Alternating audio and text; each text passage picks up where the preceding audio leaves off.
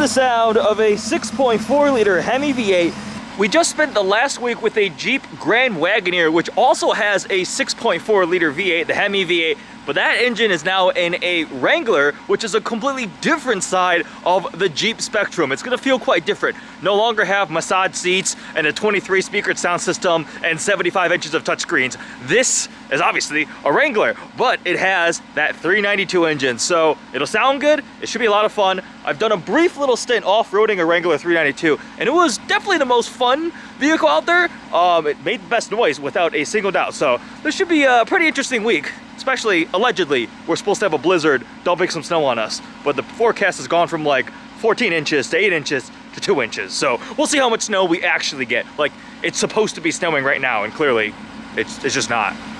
Remote start warming things up. We have paddle shifters. That's a Wrangler with paddle shifters. And also, well, the last 6.5 miles I got 10.5 mpg. Let's see what I can do. Performance exhaust off. That means I can turn the performance exhaust on. Where's that button? Aha! Oh yeah! Oh! Oh, I need to just get the idle from outside. That's exhaust valves open. Oh, this is gonna be fun.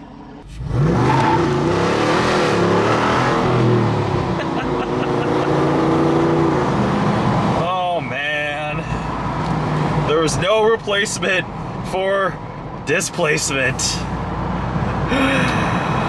I love America. Let's just put big V8s in vehicles that don't really need big V8s.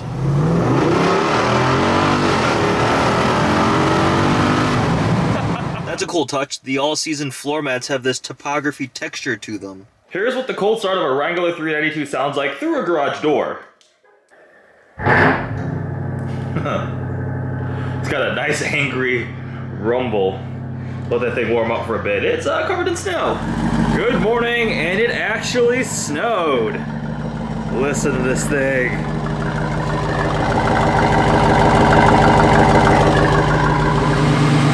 Getting dirty.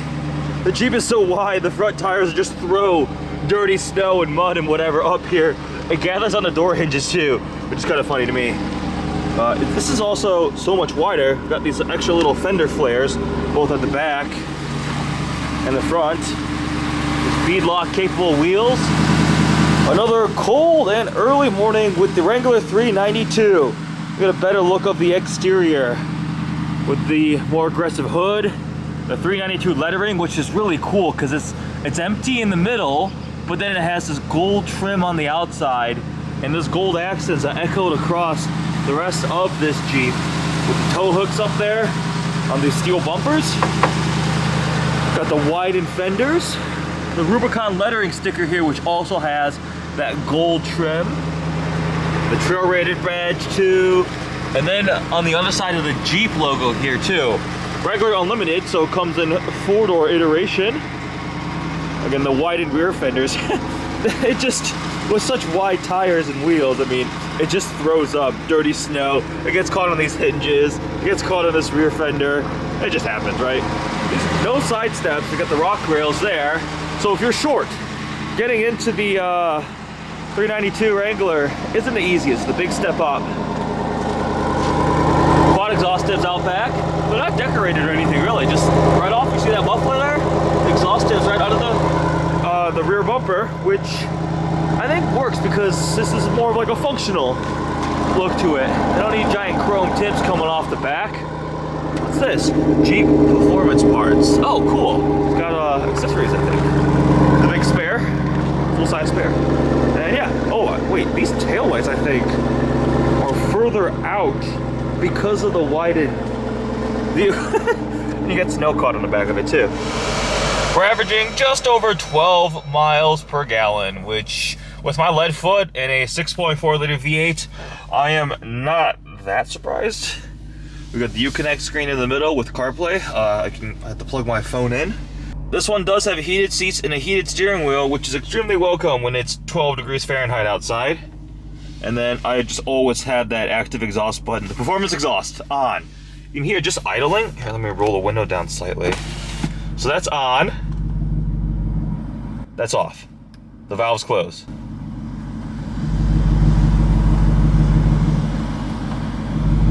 So you can actually hear a substantial difference. To summarize my initial thoughts and impressions so far of the Wrangler 392, well, it drives as you would expect a V8 Wrangler to drive. I mean, a Wrangler is not the most composed on-road vehicle. It doesn't have the highest levels of grip or handling, and then they threw a massive 392 V8 in it. It's just for fun. It sounds so good, so aggressive, so loud, and when you floor it, it just puts a smile on your face. The noise of that naturally aspirated Hemi V8 is addicting, right? That's a lot of fun. It wanders around. I mean, it's noisy and windy. You get a lot of wind and tire noise. Like, it's not the most comfortable overall. Like, visibility is just all right. But, I mean, it's a Wrangler with a V8, a 392. That in its own just makes it just such a fun and cool experience. So I'm enjoying it so far. We did get to off-road a Wrangler 392 over the summer. We were up at Road America. I think I might have already mentioned that. So we did like a Raptor and then 392 Wrangler. There were Wagoners and Grand Wagoners out there, Grand Cherokee L. What else did I drive on that little loop? But the 392 was one of the most memorable ones. The Raptor and the TRX just felt too big for the trails that we were on. The Wrangler 392 was a perfect fit. It had all the capabilities, the disconnectable sway bar, all the functionality you expect out of a Wrangler Rubicon, and then just that V8 making just awesome noises during the entire time. So it's plenty capable. There is a off-road plus mode. The button's down there right above the sway bar. It will disable traction control. It sharpens up your shifts. And it pops and cracks a little bit more with the exhausts. I was gonna play around with it the other day. My buddies Preston and Avery were like, try it out, off-road plus, because they have a Wrangler 392 coming and they were reading about it. With the paddle shifters, it did firm up the shifts. I'll play with it some more. But yeah, there's an off-road plus mode, which is pretty cool. Remote start is just great. Jeep has been warming up as I've packed up in the office. We're heading out. What is that little thing? Jesus. Snow is coming down. It's a gigantic car hauler in front of me. We're getting quite a bit of snow falling right now. The Wrangler 392 is handling it without a problem, all while making quite fun noises, doing everything it does. This is just a fun Jeep. I mean, I wish I could take the roof and the doors off, but it's 14 degrees outside and it's snowing, so that would be inadvisable. It's Friday night. I'm gonna head in, unpack, eat dinner, relax for a bit, get a little bit of work done, but we'll be spending more time with the Wrangler this weekend. We will be doing a full review, so the formal review too. Otherwise, we'll end this vlog for tonight. Trying out Off-Road Plus. You get more exhaust burbles. Those are the pops.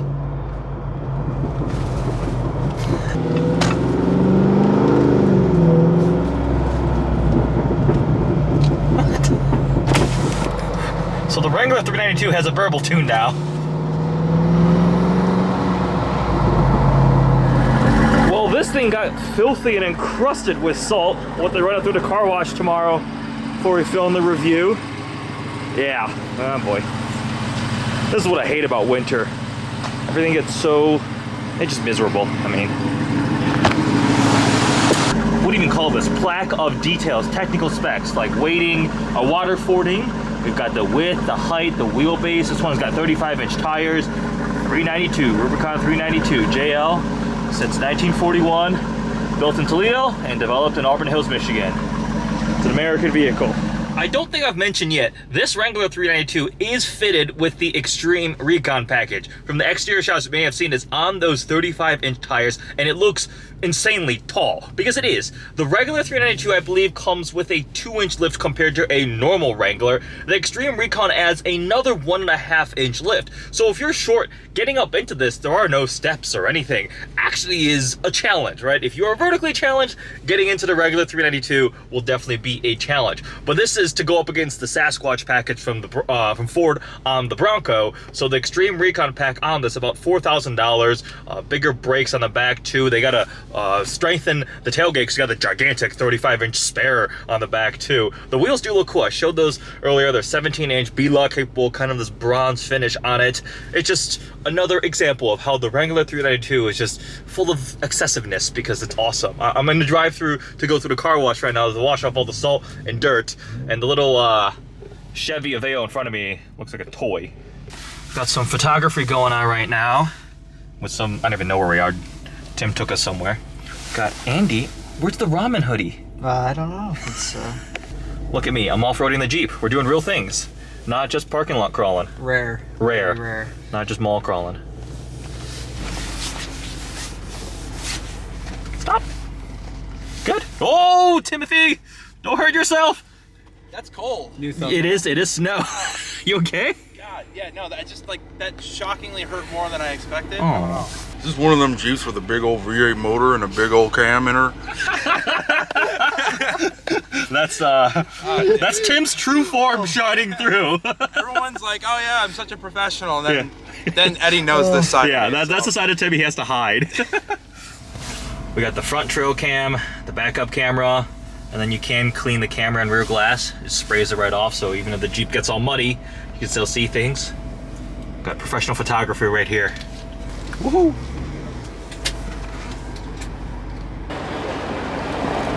Functional. What do you Congratulations, Eddie. You did more off-roading than 99% of Wrangler owners. Success. And all it took was a V8 motor under the hood, brother. 392 bald eagles.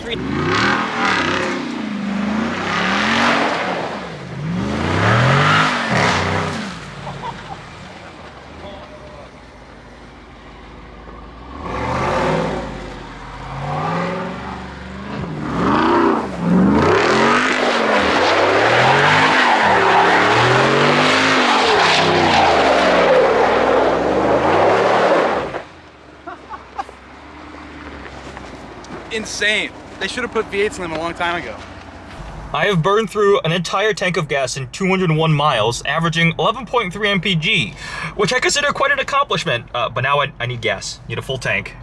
To no one's surprise, the Wrangler 392 will require a lot of fuel, 18 point something gallons, $70 fill up, and I only drove 200 miles. So if you get one of these and you have a lead foot like me and you drive like me and you want to hear that glorious V8, budget for a lot of gas, Also run this thing on premium, 93 octane. It's all worth it though, for that sound.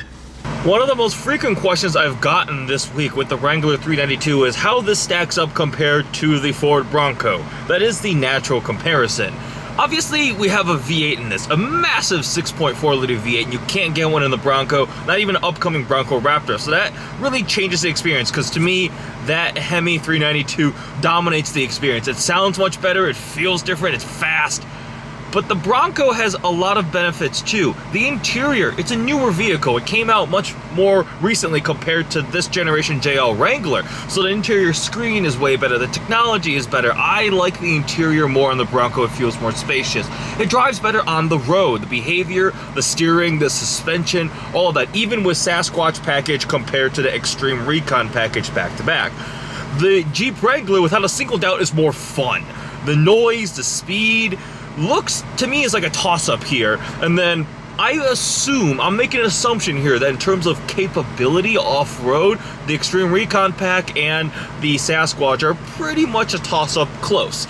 This might have the Bronco beat in terms of like departure angles and certain things, but largely to me it's gonna be, let's call it equal. So it comes down to personal preference.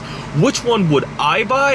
If I were looking for another, an SUV to like daily drive, an SUV truck type of thing, daily driving, I'd go for the Bronco. It's better on-road behaviors, it's a little more refined. In terms of just sheer fun, I'd get the Wrangler 392. I'm just looking for a toy to off-road occasionally, have fun, put a smile on my face. This accomplishes it much better than the Bronco does. So that's a quick little, about minute and a half, 2 minute wrap-up thoughts of this versus the Bronco.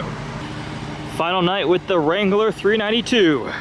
I had fun with it. I burned a lot of gas, to be expected. It just put a smile on my face. We're actually going into a different, more off-road oriented vehicle. We're actually spending some time with a Raptor now next week. So we'll see how a Gen 3 Raptor compares to a Wrangler 392. But this wraps up my vlog with the Wrangler 392.